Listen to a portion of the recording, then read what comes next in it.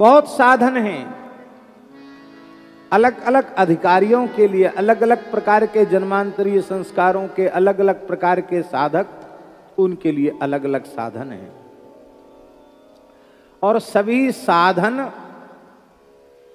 जीव के कल्याण की गारंटी भी लेते हैं। कहते हैं हम कल्याण करेंगे, लेकिन तुलसीदास जी महाराज कहते हैं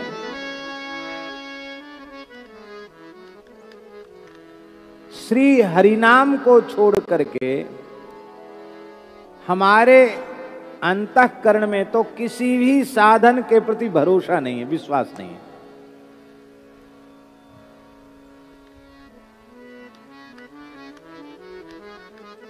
नाहिन आवत, हृदय में आता ही नहीं आन भरोसो। श्री राम नाम पर विश्वास के अतिरिक्त, भरोसे के अतिरिक्त, हरिनाम पर दृढ़ विश्वास के अतिरिक्त और कोई दूसरी बात हमारे मन में ही नहीं आती।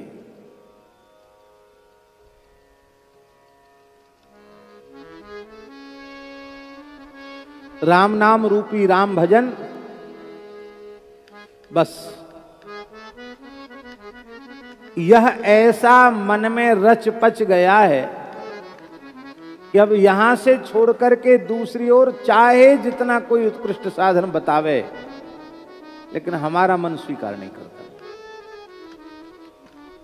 ऐसा अंतःकरण जब तक नहीं बन जाएगा तब तक भजन शुरू नहीं होगा।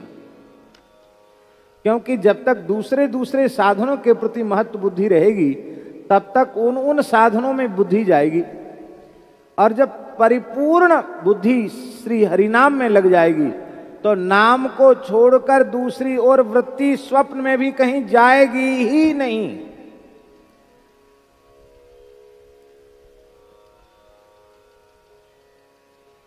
संत श्री प्रेम भिक्षु जी महाराज, उनसे किसी जिज्ञासु ने पूछा कि महाराज जी आप पाप किसको समझते हैं? पूछने वाला कोई अच्छा विद्वान व्यक्ति था। आपकी दृष्टि में पाप क्या है?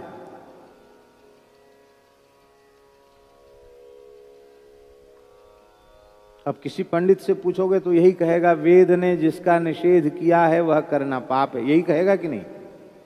वेद ने जिसका विधान किया है उसको करना पुण्य है, और वेद निषिद्ध कार्य करना पाप है, यही तो बात कहेगा। प्रेम भिक्षु जी महाराज ने कहा श्री हरिनाम के अतिरिक्त कुछ भी अपनी वाणी से बोलना मेरे लिए महापाप है। इसलिए बातें मत करो, कीर्तन में बैठो। नाम के अतिरिक्त कुछ भी जिह्वा से उच्चारण करना मेरे लिए महापाप है। ऐसी निष्ठा जब तक हरि नाम में नहीं होगी तब तक इधर उधर के साधनों में भटकाव आता रहेगा। अन्यथा नहीं मानना, आप सब तो बड़े श्रेष्ठ संत हैं, आपके चरणों में प्रणाम है। कई बार घर द्वार छोड़कर वैष्णव होकर साधु होने के बाद भी लोग टटका टोना जंत्र मंत्र तंत्र इनके चक्कर में फंस करके अपने साधु जीवन को ही नहीं अपने मानव जन्म को नष्ट कर देते हैं। श्री हरिनाम को छोड़ करके दूसरे किसी साधन का आश्रय नहीं लेना।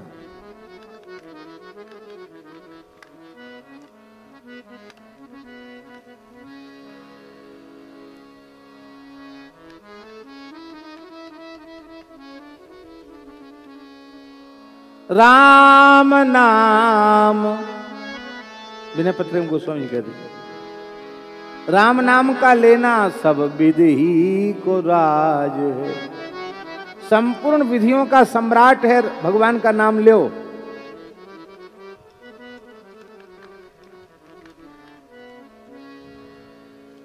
और राम को बिसारी बो निषेध सिर ताज रे। भगवान को विसारना यही सबसे बड़ा पाप है, और भगवान का सतत स्मरण बना रहना यही सबसे बड़ा पुण्य है, ये सबसे बड़ा साधन है। इससे बड़ा दूसरा कोई साधन नहीं। पर ये बात भीतर से मन में पक्की होनी चाहिए तब हमारी बुद्धि में व्यभिचार उत्पन्न नहीं होगा। जो हमारी बुद्धि व्यभिचरित हो जाती है, भगवान को छोड़ करके दूसरी ओर भटक जाती है, वो फिर बुद्धि में भटकाव नहीं रहेगा। श्री बिल्व मंगल जी महाराज दाक्षिणात्य ब्राह्मण थे, संस्कृत के प्रकांड विद्वान थे, वेद के विद्वान थे, अग्निहोत्री थे। अग्निहोत्री की समिधा लेने ही गए थे जब थोड़ा उनका कुसंग में आकर पतन हुआ। और जब वो वृंदावन आ गए श्री बिल्व मंगल जी महाराज, लीला शुक बिल्व मंगल जी, तो अहर्निश रुदन करते हुए श्री कृष्ण नाम का जप करते रहते। तो किसी ने उनसे पूछा, दक्षिण से आए थे ब्रजभूमि दर्शन करने, तो बिल्व मंगल जी मिल गए। उनसे पूछा, अरे आप संध्योपासन नहीं करते, हवन पाठ पूजा सब करते थे, सब छोड़ दिया आपने, क्या करते हो?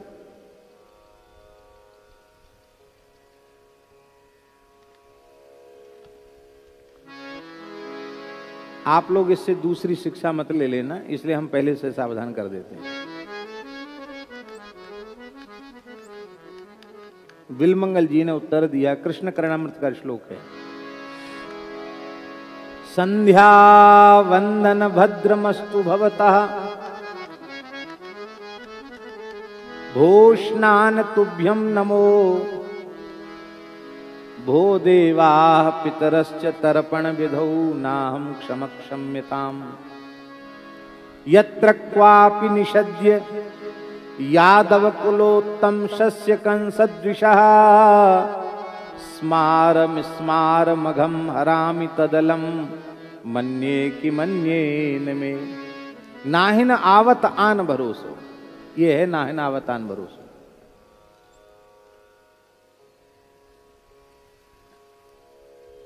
इसको सुनने का मतलब ये नहीं है कि संध्या बंदन को अब लंबी डंडौत कर लो, अब स्नान की भी जरूरत नहीं है, कोई तिलक विलक की भी जरूरत नहीं है, अब तो ऐसे ही अपना आ गया मस्त रहो। ये वह कह सकता है जो बिल्व मंगल जी के जैसे अहर्निश नाम जप करता हो।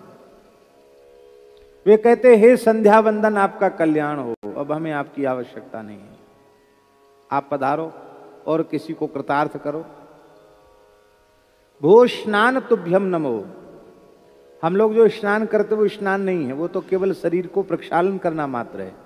स्नान की एक शास्त्रीय विधि है, विधि पूर्वक किया गया स्नान, उसमें भी बड़ा समय लगता है विधि पूर्वक स्नान में। हे स्नान आपको भी नमस्कार है। अरे देवताओं, अरे पितरों, तुम हमसे पूजा की, तर्पण की, श्राद्ध की अपेक्षा मत करो। ना हम क्षमा, अब हम इस लायक नहीं बन रहे कि हम तुम्हारी सेवा कर सकें, इसलिए क्षम्यताम, क्षमा करो। अरे बोले संध्या नहीं करोगे, गायत्री नहीं जपोगे, हवन नहीं करोगे, वेद पाठ नहीं करोगे, तर्पण नहीं करोगे, श्राद्ध नहीं करोगे, तो तुम्हारा कल्याण कैसे होगा? क्योंकि यही सब साधन तो पापों को नष्ट करने वाले हैं। हम लोग प्रातः संध्या करते हैं तो उसका जो मुख्य मंत्र है प्रातः संध्या का, उसमें क्या बोला जाता है? यद्रात्र्या पाप मकारशम मनसा वाचा हस्ताभ्याम पद्भ्याम उदरेण शिष्णा रात्रिस्तदवलुम्पतु यत्किंच दुरुतम मयि इदमहमामृत योनौ सूर्य ज्योतिष जुहोमि स्वाहा, ये बोला जाता है। रात्रि काल में जो कुछ जाने अनजाने पाप हमसे हो गए हैं, मन से, वाणी से, क्रिया से, पैरों से, हाथों से, उदर से, स्पर्श इंद्रिय से, उन सब पापों को हम सत्य रूपी जो ज्योति है उसमें हम आहुति देते हैं, उसको भस्म सात करते हैं, ये अर्थ है उसका। सायं संध्या करते हैं तो क्या बोलते हैं? यदन्ना पाप मकारशम, या दिन में जो पाप बने, मनसा वाचा हस्ताभ्याम पद्भ्याम उदरेण शिष्णा अहस्तदवलुम्पतु यत्किंच दुरुतम मयि इदमहमामृतयोनौ सत्य ज्योतिषोमि, यहाँ सुबह सूर्य ज्योतिषोमि स्वाहा और शाम को है सत्य ज्योतिषोमि स्वाहा। तो पापों का नाश ही तो करते हैं कि नहीं करते हैं? आप संदेह ही नहीं करोगे, पाप नाश कैसे होंगे? बिलमंगल जी कहते हैं आपके कर्मकांड में बड़े विधि निषेध हैं, यहां बैठो, वहां मत बैठो, इस आसन पर बैठो, अमुक दिशा की ओर मुंह करो, कुशहीना तो संध्या, कुशहीना तो या संध्या, तिलहीनम तो तर्पणम। कुशा जरूरी है संध्या में, तर्पण में तिल जरूरी है। हम कहां से लामे कुशा, कहां से लामे तिल? हमारे नियम में कोई विधि की जरूरत नहीं। यत्र क्वापि निषद्य सवै भूमि गोपाल की यामे अटक कहां। जहां मन लगे वहीं बैठ जाओ और बैठ करके प्रेम से तैल धारावत अविच्छिन्न भाव से कृष्ण नाम का कीर्तन करो। तो पापी में पाप करने की उतनी सामर्थ्य नहीं है, हरिनाम में पाप को नष्ट करने की इतनी सामर्थ्य। तो तत् अलम, अब मेरे लिए पाप नाश के लिए, परम कल्याण के लिए हरिनाम ही पर्याप्त है। अब मुझे दूसरे साधन की आवश्यकता नहीं। नाहिन आवत आन भरोस, अब दूसरा का भरोसा नहीं, दूसरे का आश्रय नहीं है। क्यों? क्योंकि यह कलिकाल सकल साधन तरु, यह कलिकाल। सबसे बड़ी बात यह है कि यह भयंकर कलिकाल है।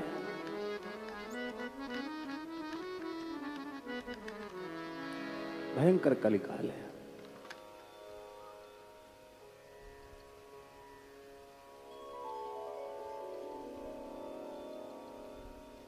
आप लोग कहेंगे कलिकाल की बात क्यों बोल रहे हैं?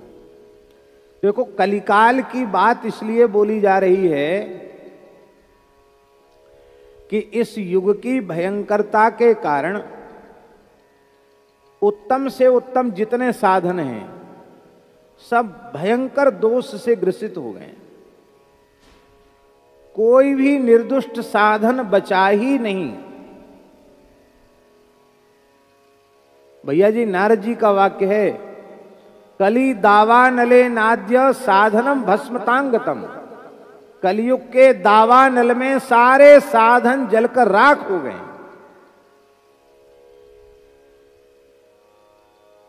न कहीं कोई योगी है, न कहीं कोई सिद्ध है, न कोई सत्क्रियावान है।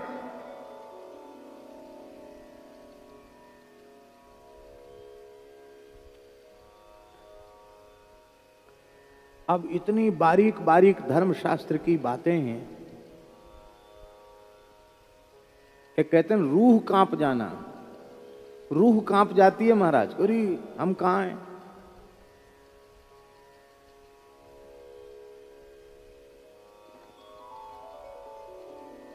चलो एक छोटी सी बात बता देते हैं।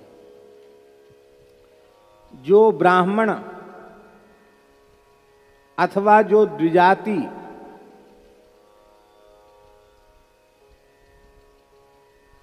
रजस्वला का वर्ण करता है वह व्रात्य हो जाता है, पतित हो जाता है।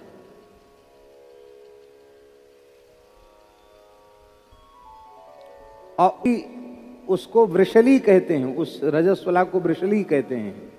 और वो वृषली पति हो गया तो उसकी जो संतान है वो वृषल हो गई। वो वैदिक कर्म करने के योग्य नहीं रही। अब इस संविधान के कानून को लागू करो।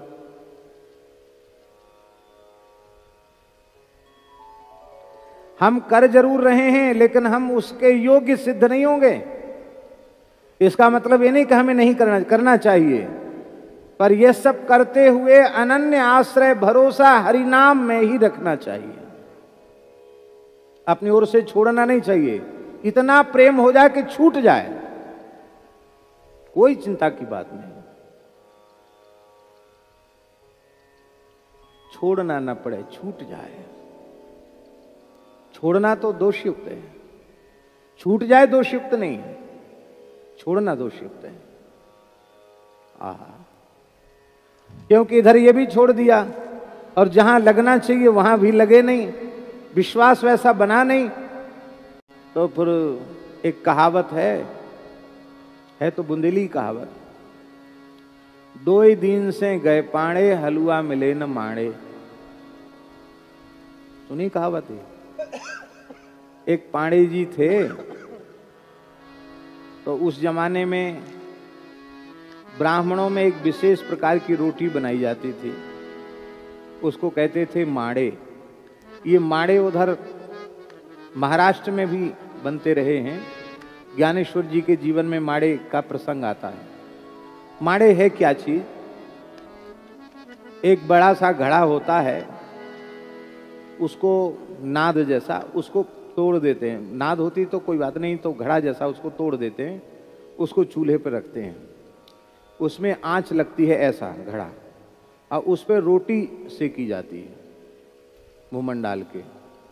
उसका आटा बड़ा नरम लगता है, और वो बनाना बहुत कारीगरी का काम है। इतनी बड़ी रोटी बनती है माड़े, तो उस रोटी को पर जैसे हम बढ़िया से आसन लगा के बैठे हैं, ऐसे ही आप आराम से आसन जमा के बैठ सकते हो उस रोटी के ऊपर। इतनी बड़ी रोटी, पतली। और महाराज उसकी कला है, वो आंच जब देखती है ना, अग्नि दर्शन करती है अग्नि का, अग्नि में सेका नहीं जाता है, दर्शन करती गुब्बारा बन जाती है, फूल जाती है। फिर उसको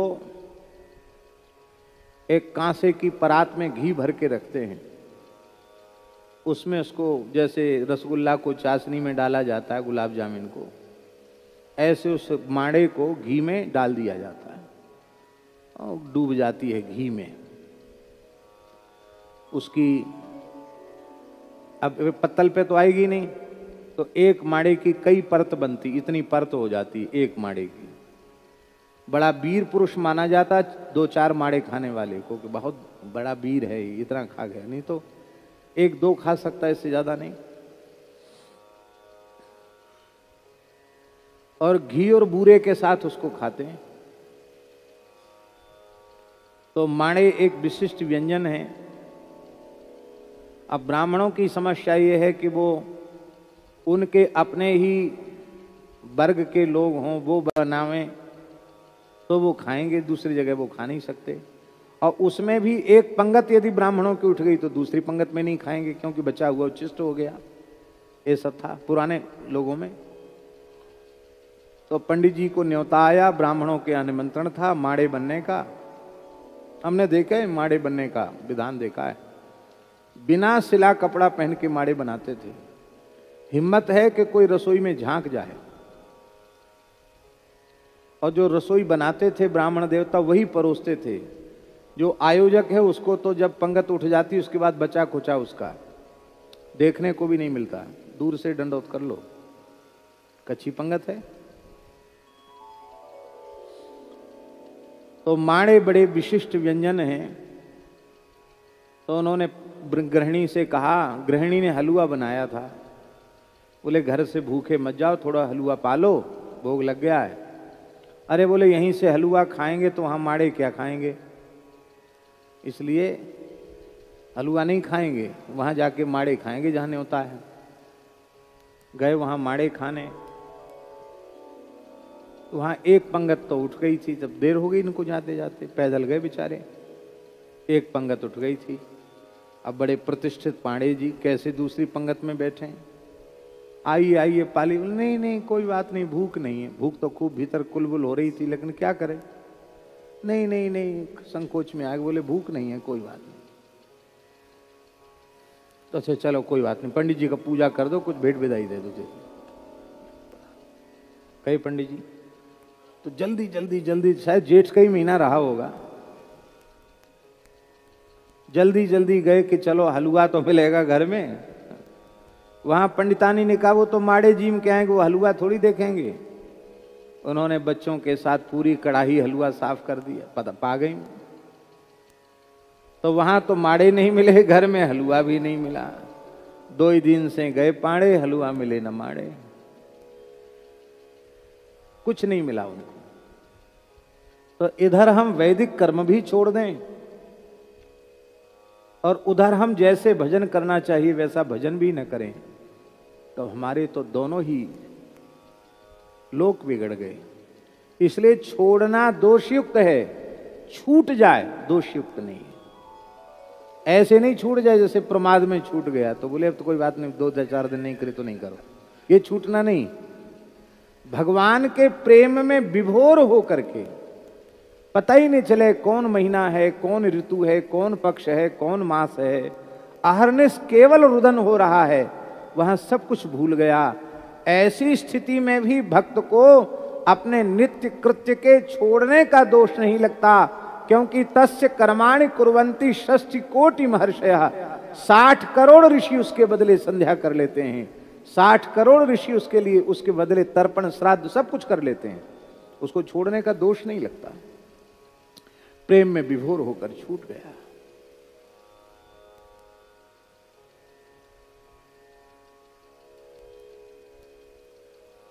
भयंकर कलिकाल है, सब कुछ दोषयुक्त हो गया। हमने भगवत कृपा से, गुरुजनों की कृपा से जितना पढ़ा है, सुना है, ग्रंथों को देखा है, उसके एक अंश को भी ठीक से हम नहीं स्वीकार कर पा रहे हैं। ऐसी व्यवस्था है, जानकर भी उसको उसके अनुरूप हम नहीं चल सकते। अब भैया जी, जल में मलमूत्र का त्याग करना बहुत भारी पाप है, ब्रह्म हत्या के सदृश पाप है। अब वर्तमान की परिस्थिति बोलो, शौचालय में जो कुछ करने जाते हो काय में करते हो बोलो? जल में ही त्याग करते हो कि नहीं करते हो?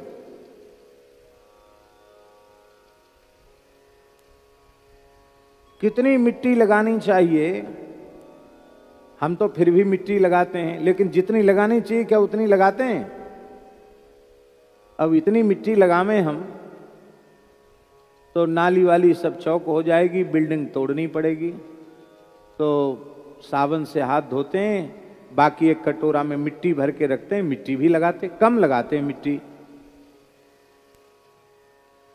परिस्थिति ऐसी आ गई है, खूब सखरा निखरे का विचार कर लो, ये सखरा ये निखरा है, खूब कर लो विचार। नल,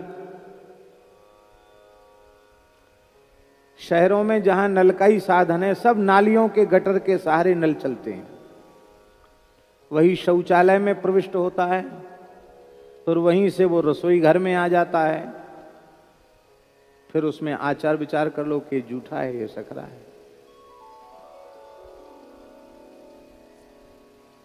नल का पानी पी लिया, सब आचार विचार चौपट।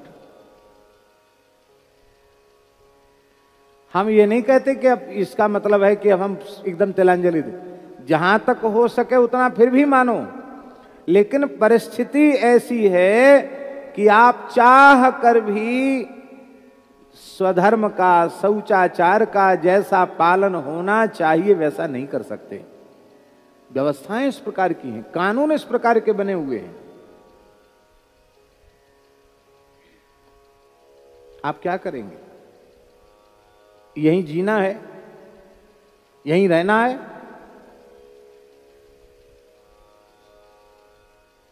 सब नष्ट हो गए। वर्ण धर्म नहीं आश्रमचारी, श्रुति विरोध रत सब नर नारी। कलयुग का वर्ण धर्म नहीं है, आश्रम धर्म नहीं है, वेदों का विरोध, यही सबने अपना कर्तव्य समझ लिया है। पाप से इतनी प्रीति हो गई है हम लोगों की जैसे मछली की जल से प्रीति। कलि केवल मलमूल मलीना, पाप पयो निधि जल मन मीना। समुद्र की मछली को बाहर नहीं किया, वो बाहर निकलने की सोचे तो व्याकुल हो जाएगी। ऐसी पाप को छोड़ने की बात सोचते सोचते आदमी व्याकुल, अरे हम कैसे छोड़ पाएंगे। वर्तमान समय में लोग कहते हैं कि भाई बिना झूठ बोले तो काम नहीं चलेगा, झूठ तो बोलना ही पड़ेगा। क्यों? वो झूठ अभी बोलना छोड़ा नहीं, पर झूठ नहीं बोलना चाहिए ये सोचते ही उसका मन घबरा जाता है। ऐसे घबरा जाता जैसे मछली को जल से बाहर निकलने की बात मन में आवे तो मछली घबरा जाए, इतना पाप से प्रेम हो गया। सब साधन दूषित हो गए, सब मिलावटी हो गए, सब दोष युक्त हो गए, आहार पवित्र नहीं बचा, वायुमंडल पवित्र नहीं बचा, गोवध के परमाणु वायुमंडल में व्याप्त हैं। ऐसी स्थिति में यदि कोई साधन बचा है जो सतयुग में भी वैसा ही था, त्रेता में भी वैसा ही था, द्वापर में भी वैसी ही महिमा थी, और आज कराल कलिकाल के आने पर भी उसकी महिमा रत्ती भर भी कम नहीं हुई, वो कौन सा साधन है? एक ही साधन सब रिद्धि सिद्धि साधरे, भलो जो है पूछ जो है, दाहिनो जो बाम रे, राम नाम ही सो अंत सब ही को काम रे, राम जपू राम जपू राम जपू बावरे। यदि नाम का आश्रय कलिकाल में जीव नहीं लेता है तो और कोई भी साधन उसका कल्याण, भले ही वो गारंटी लेता है, वो गारंटी लेना गलत नहीं है, वो ठीक है गारंटी लेना, लेकिन जिस मर्यादा से, जिस विधि से, जिस पद्धति से, जिस सुचिता से उस साधन को संपादित किया जाना चाहिए, वो इस कलिकाल में संभव नहीं है, इसलिए वह साधन कल्याण की गारंटी नहीं ले सकता। पर मन लगे या न लगे, भाव जगे या न जगे, स्वाद आवे या न आवे, केवल और केवल इस जिह्वा से हरिनाम का उच्चारण करो, हरिनाम का जप करो, हरिनाम का कीर्तन करो और लगातार करते रहो तो कल्याण की पक्की गारंटी है, इसमें कोई संदेह नहीं। चहु जुग चहु श्रुति नाम प्रभाऊ, कलि विशेष नहीं आन उपाऊ। चारों युगों में, चारों वेदों में नाम की महिमा है, पर कलयुग में विशेष है क्योंकि दूसरा उपाय नहीं।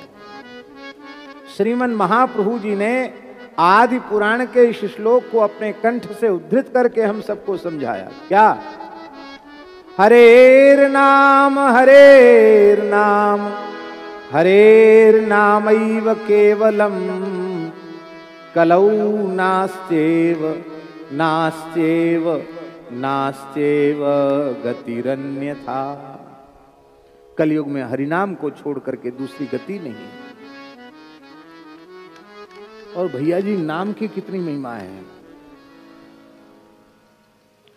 सतयुग में बड़े बड़े तपोधन ऋषि, बड़े बड़े देवता, बड़े बड़े सिद्ध, सतयुग जैसे धर्म युग में जहां धर्म चारों चरणों से परिपूर्ण था, उस युग में जन्म लेने वाले बड़े बड़े ऋषि मुनि देवता सिद्ध निष्कलंक नहीं रह पाए। त्रेता में साधन करने वाले बड़े बड़े ऋषि मुनि, बड़े बड़े राजर्षि तपस्वी, अग्निहोत्र करने वाले, यज्ञादि के द्वारा भगवान का यजन करने वाले निष्कलंक नहीं रह पाए।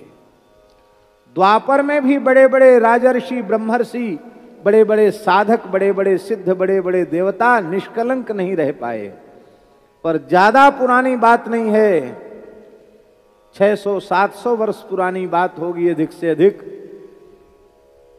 खंडेला की, परशुराम पंडित जी की बेटी, पंडित परशुराम पारीक जी की पुत्री करमेती बाई कठिन कलिकाल में निष्कलंक रह गई। ये किसकी महिमा है?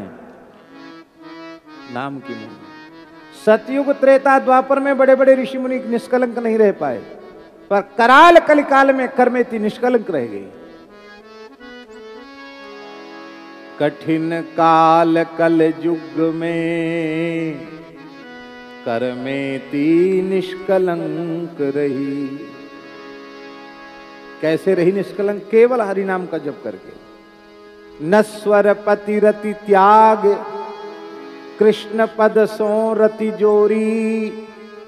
सवे जगत की फांस तरक तिनु काज्यों तोरी। निर्मल कुल कांथड़िया धन्य परसा जिन जाई। विदित वृंदावन वास संत मुख करत बढ़ाई। संसार स्वाद सुख बांत ज्यों फेर नहीं तन तिन चही। कठिन काल कल युग में कर्मेति निष्कलंक रही। कलयुग उनके लिए है जो हरिनाम से विमुख हैं। जो हरिनाम के आश्रित हैं उनके लिए कलयुग से श्रेष्ठ कोई युग नहीं है। कलयुग समयुग आन नहीं जो नर कर विश्वास। गाय राम गुण गण विमल भवतर बिनहि प्रयास।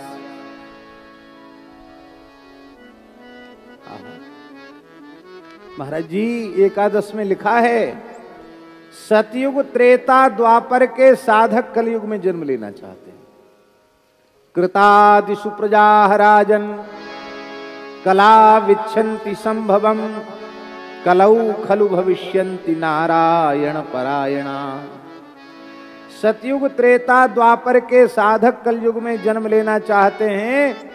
भले ही भयंकर से भयंकर कलिकाल है, लेकिन भगवत परायण भक्त परम पूज्य श्री स्वामी कृष्णदास जी महाराज जैसे अनन्य भाव से हरिनाम को समर्पित रहने वाले संत महापुरुष भक्त इस कराल कलिकाल में जन्म लेते रहेंगे।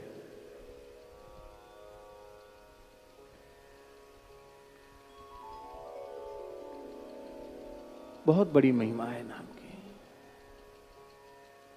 यह कलिकाल सकल साधन जग। कलिकाल में साधन भी हैं, लेकिन ये जो कलिकाल के साधन है ना, ये कैसे हैं? बोले साधन तरु। ये कलिकाल के जो साधन रूपी तरु माने वृक्ष हैं, इनका आश्रय आप लेंगे हरिनाम को छोड़ करके। कलयुग में अन्य किसी साधन का यदि आप अनन्य भाव से आश्रय लेंगे तो उस साधन को करने का श्रम ही आपके हाथ लगेगा।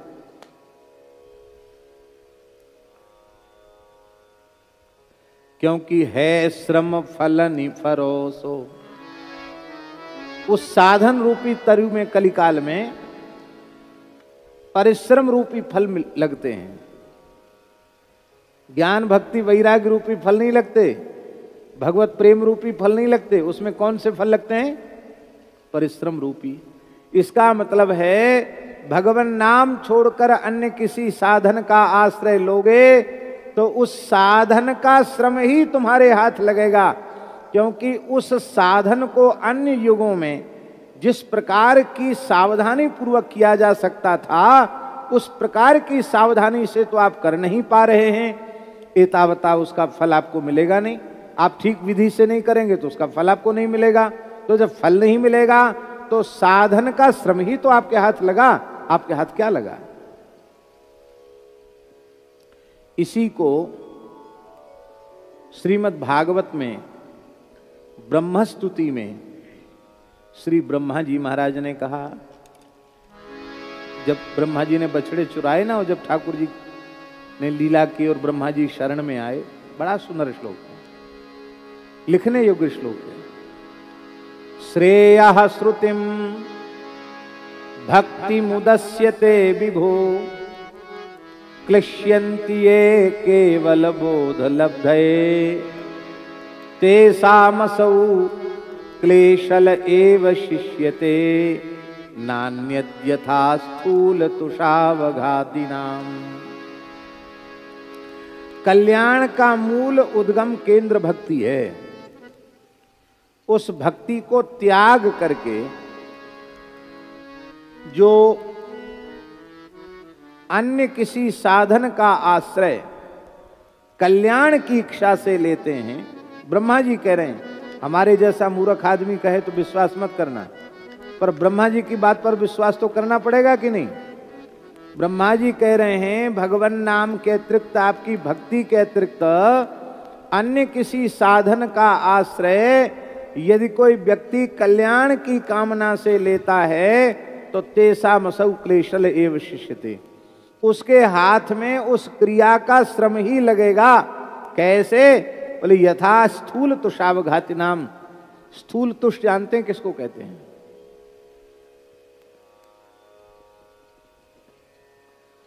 धान जब बोते हैं, अब तो ब्रज में भी लोग धान खूब बोने लग गए, पहले नहीं बोते थे। तो धान में कुछ धान तो उसमें दाना पड़ जाता है, चावल। अब कुछ धान ऐसी होती है जो पोची होती है, तो ऊपर से भूसी भूसी, उसमें दाना नहीं पड़ता है, उसको कहते हैं तुष। क्या कहते हैं उसको? तुष। तो धान को कूटो जिसमें चावल है, तो छिलका अलग हो जाएगा, धान चावल चावल आपको मिल जाएगा। और उसका जो तुष है जिसमें दाना ही नहीं पड़ा, उसको कूटोगे तो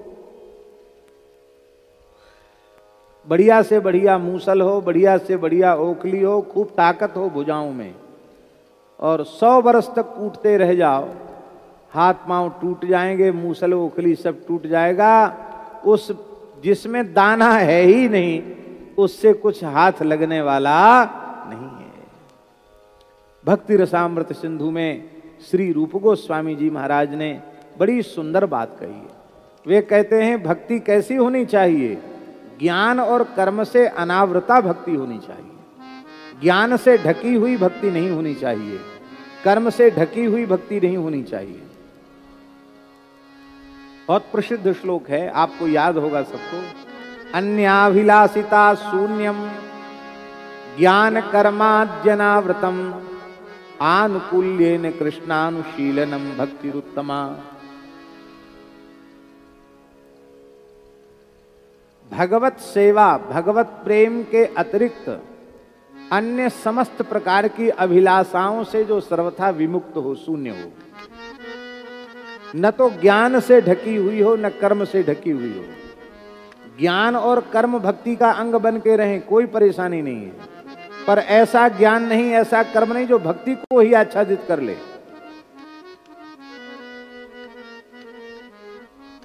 सीधे सीधे धान खाओ, खा सकते हो, छिलका हटने के बाद ही महाप्रसाद बनेगा, भात बनेगा, तभी पा सकते हो, नहीं पा सकते। ऐसे ही भक्ति तत्व है, ज्ञान और कर्म का छिलका हटाने के बाद ही तस्मई बनेगी, महाप्रसाद बनेगा, खीर बनेगी, और नहीं तो कुछ नहीं बनेगा। ज्ञान कर्माद्यनावृतम। और श्री कृष्ण का अनुकूलता पूर्ण चिंतन। दैत्यों का चिंतन भी चिंतन है, पर वो प्रतिकूलता वाला चिंतन है, वो चिंतन नहीं, अनुकूल चिंतन, जिसमें प्रेम का स्वाद है, जिसमें सेवा का सुख है, वो चिंतन, इसको भक्ति कहते हैं। भक्ति है क्या? रामचरितमानस में उत्तरकांड में गोस्वामी तुलसीदास जी ने भक्ति को मणि कहा और ज्ञान को दीपक कहा। और वहां क्या कहा? तात भगति अनुपम सुख मूला, मिलहि जो संत होहि अनुकूला। तात भगति अनुपम मिलहि जो होहि अनुकूला। ये भक्ति है। और बालकांड में क्या कह रहे हैं? नाम वंदना में, राम नाम मणि दीप धरु जीह देहरी द्वार, तुलसी भीतर बाहिर, जो चाहसी उजियार। वहां भक्ति को मणि कहा, यहां राम नाम को मणि कहा। इसका मतलब क्या है? हरिनाम रूपी महामणि ही भक्ति है। हरिनाम को छोड़कर दूसरी कोई भक्ति नहीं है। जो भक्ति में कहा गया ना भैया जी कि बहुत सरल है, इसीलिए सरल है। आज स्वामी श्री राम सुखदास जी महाराज प्रवचन में बोल रहे थे, कैसेट में वो बोल रहे थे कि एक आदमी को लकवा मार गया,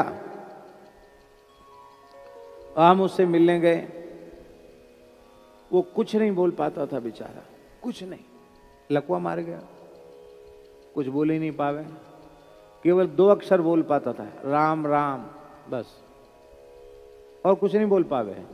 बोलो बोलो तो राम राम, बस इतना बोले। तो हमने कहा तेरे ऊपर बड़ी कृपा भैया भगवान की, सब कुछ बोलना बंद हो गया, अब राम राम बोल। पर हमारा संसारी तो संसारी, उनको कहाँ। भजन करे कोई सूरमा, जाति वर्ण कुल खोए। अहंकार खो करके कोई भजन करता है, अहंकार के सहित भजन संभव नहीं है। तो यह कलिकाल, वो सारे साधन रूपी जो वृक्ष हैं उनका आश्रय आप लेंगे तो उसमें कल्याण का फल तो नहीं मिलेगा, प्रेम का फल तो नहीं मिलेगा। क्या फल मिलेगा? श्रम का फल मिलेगा। श्रम ही आपके हाथ लगेगा और आपके हाथ कुछ नहीं लगेगा। दूसरा उदाहरण, इस समय गेहूं क्या भाव चल रहा है? हैं? चलो 1850 रुपए क्विंटल चल रहा है। ऐसा कभी नहीं हो, हम तो उदाहरण दे रहे हैं। मान लो 18,500 रुपए क्विंटल हो जाए तो तब सब लोग क्या कहेंगे? अरे राम राम, बड़ा खराब समय आया, 1800 क्विंटल वाला 18,000 रुपए का क्विंटल हो गया। अब गरीब तो भूखा मर जाएगा, कहाँ से आएगा, कौन खाएगा? भैया मर जाओ इससे अच्छे तो। कहाँ कौन खरीदेगा? इतना महंगा कोई नहीं खरीद सकता। वो तो ऐसा कहेगा। और जिसने, भैया जी, जिसने 10-5 हजार क्विंटल खरीद करके गोदाम में इकट्ठा कर रखा है, वो व्यापारी कहेगा कि अरे बड़ा खराब समय आया, अरे राम राम, 1800 रुपये वाला 18,000 रुपये हो गया। वो कहेगा खराब? क्यों? हैं? ठीक यही बात है।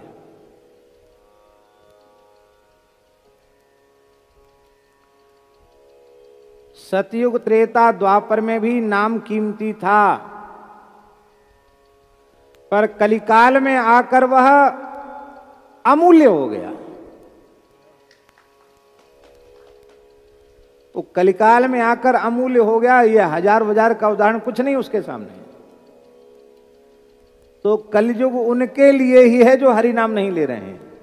जो हरिनाम की शरण में हैं, जो हरिनाम की छाया में हैं, उनके लिए कलयुग नहीं है। जो हरिनाम से विमुख थे उनके लिए तो सतयुग में भी कलयुग था। जो हरिनाम से विमुख थे उनके लिए त्रेता में भी कलयुग था। जो हरिनाम से विमुख कंस आदि थे उनके लिए द्वापर में भी कलयुग था। और पर हरिनाम के आश्रित वैष्णवों के लिए कराल कलिकाल में भी कलयुग नहीं है। ये कलयुग नहीं है, ये था तो कलयुग, पर महाप्रभु जी ने इसको संकीर्तन युग बना दिया। संकीर्तनैक पितरौ करुणावतारौ। संकीर्तन के पितर हैं महाप्रभु जी, माता च पिता च पितरौ, जन्मदाता है संकीर्तन के। आहा, धन्य है।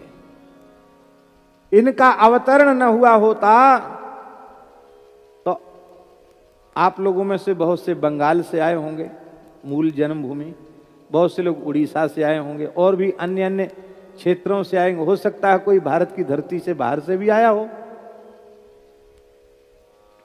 ये हरिनाम महाप्रभु जी ने प्रदान न किया होता तो आप लोग क्यों आते?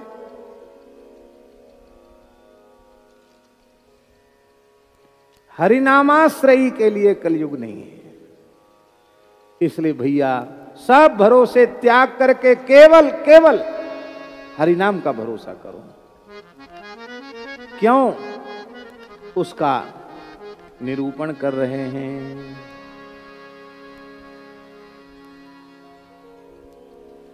कहने का आशय यह है कि अन्य साधन इस कलिकाल में ऐसे हो गए हैं। कैसे? बोले कर्म धर्म श्रम फल रघुबर बिनु राख को सो होम। तुलसीदास जी कह रहे हैं राख कैसो होम। राख में किया गया हवन और ऊसर को बरसिबो। राख में होम करे तो क्या मिलेगा, और ऊसर में पानी बरसे तो क्या उगेगा? कुछ नहीं होगा। ऐसा है। इसलिए भैया हरि नाम में पूर्ण निष्ठा बना करके रखो। कथा आप सब जानते हैं, उसको कहने की आवश्यकता नहीं है। सत्यभामा जी नारद जी के बहकावे में आ गईं। सत्यभामा जी ने कहा महाराज आपकी कृपा से हमारे आंगन में कल्प वृक्ष लग गया। अब आप कृपा करो, आशीर्वाद दो कि श्री कृष्ण हमें जब जब हमारा जन्म हो यही हमें पति रूप से प्राप्त हो। बोले हाँ ये तो उपाय है। क्या? कहते इनका दान कर दो तो ये हमेशा यही मिलते रहेंगे। सत्यभामा जी बेचारी समझ नहीं पाई, सोचे ऐसे खाली संकल्प पढ़ना होगा। तो बोली किसको दान करें, क्योंकि सुपात्र खोजना पड़ेगा। नारद जी बोले वैसे तो हम विरक्त महात्मा हैं, साधु सन्यासी हैं, संकल्प वाला दान लेते नहीं हैं, लेकिन यदि श्री कृष्ण ही दान में मिले तो कोई बात नहीं, फिर तो विचार कर सकते हैं। क्योंकि भाई जजमान का कल्याण करना है तो कोई बात नहीं। कहाँ पात्र खोजने जाएंगी आप, हमको उचित समझ। अरे महाराज आपकी बड़ी कृपा, आप ले लो तो क्या कहना। कहीं जजमान का दिमाग फिर न जाए, बदल न जाए, इसके लिए नारद जी ने इतना भी अवकाश नहीं दिया कि वो संकल्प का जल ले आवे। अपने कमंडल का ही पानी दे दिया। बोले ले लो पानी, कहाँ जाओगे ले लो। हाथ में जल दे दिया और नाम गोत्र उच्चारण करके जैसे का तुभ्यम हम संप्रददे, तो नारद जी ने तत्काल अपनी बीणा श्री कृष्ण को थमा दी। लो चलो हमारे संग। नारद जी निकल, कुछ बोले नहीं, सीधे सत्यभामा जी के महल से बाहर, और भगवान बीणा ऐसे पकड़े पीछे पीछे। सत्यभामा जी ने कहा कहां जा रहे हो? अरे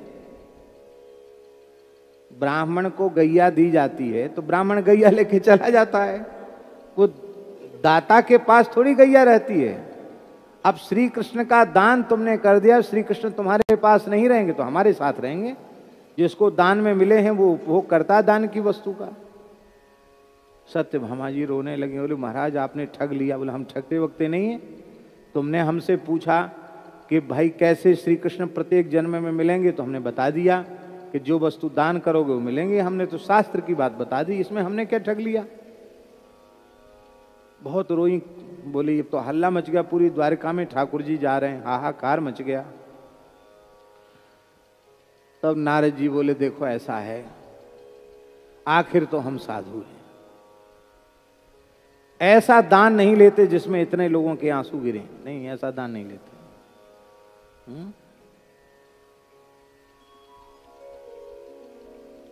कबीरदास जी का एक दोहा है भैया जी कि बिन मांगे मिले सो दूध सम, बिन मांगे मिले सो दूध सम, और मांगे मिले सो पानी। बिन मांगे मिले सो दूध सम, और मांगे मिले सो पानी। कह कबीर वह रक्त सम जामे खींचा तानी। तो रक्त के समान जिसमें खींचतान होती हो। भाई हम ऐसा तो काम नहीं, इतने लोगों को रुला के तो हम नहीं ले जाएंगे, लेकिन ये समझ लो दाता ने दान कर दिया और वस्तु उसी के पास रही तो समझ लो कितना भयंकर पाप लगता है उसका। महाराज सो तो है, हम तो बहुत बड़े चक्कर में फंसे, अब क्या करें। महाराज आप ही बचाओ, श्री कृष्ण जाएं भी नहीं और हमें पाप भी न लगे।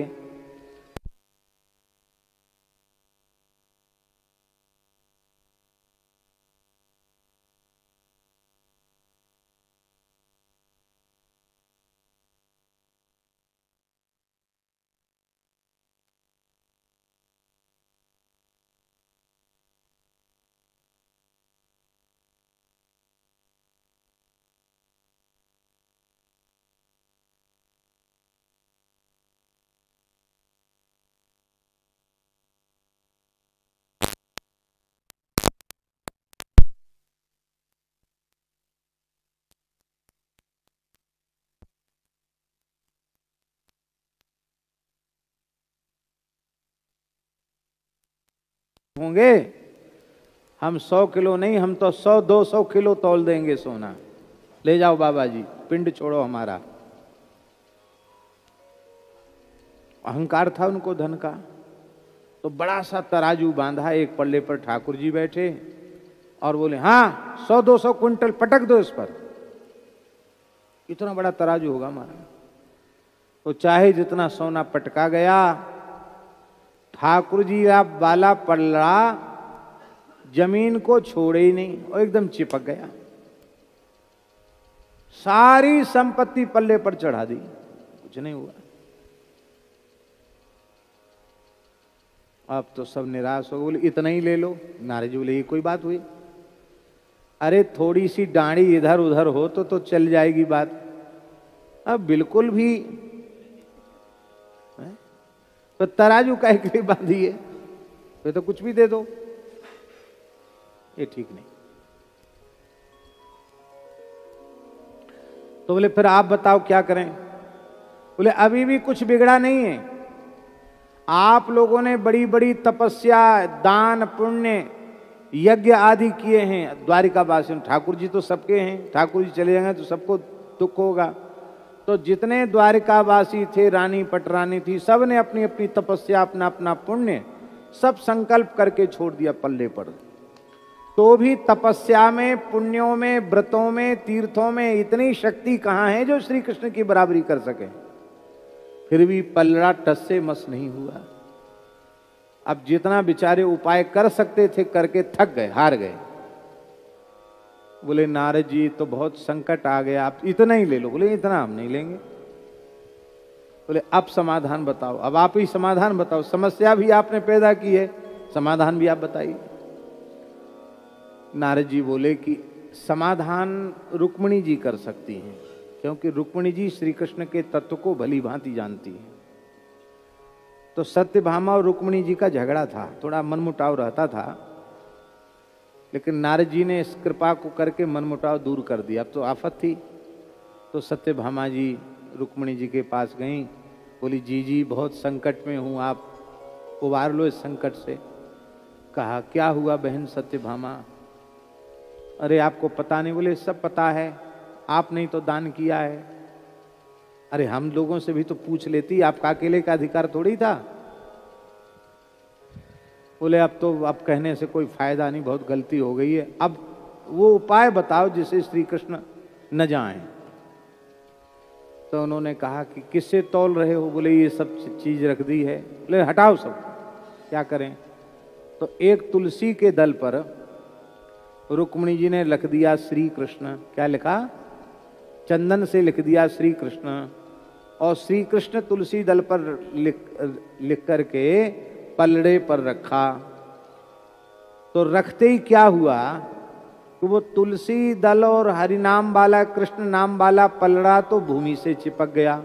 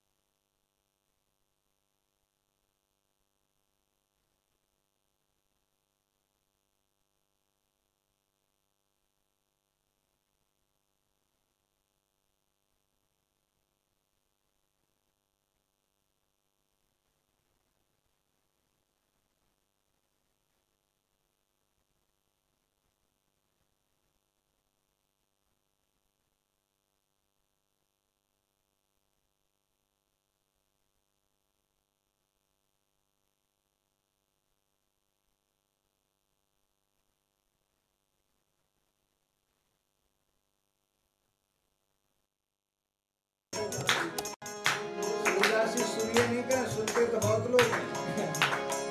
पढ़िए सुनिए भगति भागवत, पढ़िए सुनिए भगति भागवत, और कथा कथी कीजिए, और कहा कथी कीजिए।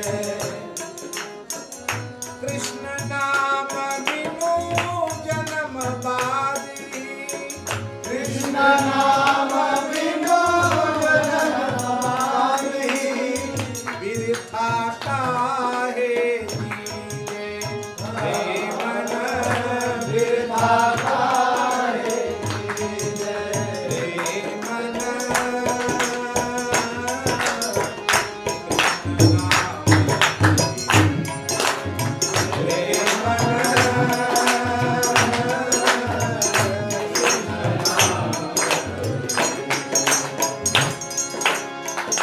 कृष्ण नाम रस गयो जात है, कृष्ण नाम रस गयो जात है, कृषावंत है कृषावंत है।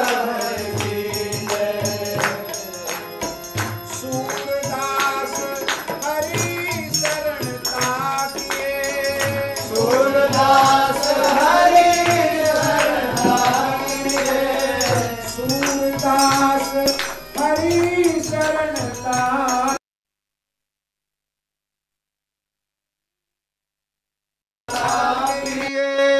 जन्म सफल करी लीजे, रे मन जन्म सफल कर लीजे, रे मन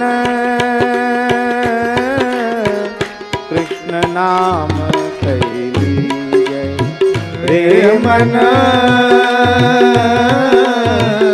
कृष्ण नाम कही लीजे, रे मन कृष्ण नाम कही लीजे, रे मन कृष्ण नाम लीजे। है हरि नाम को आधार, है हरि नाम को आधार, है हरि नाम को आधार, है हरि नाम को आधार, है हरि नाम को आधार, है हरि नाम को आधार। है हरि नाम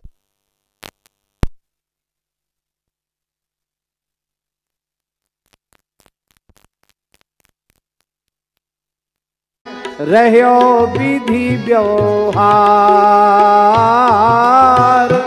और या कलिकाल नाहिन रह्यो विधि व्यवहार, है हरि नाम को आधार, है हरि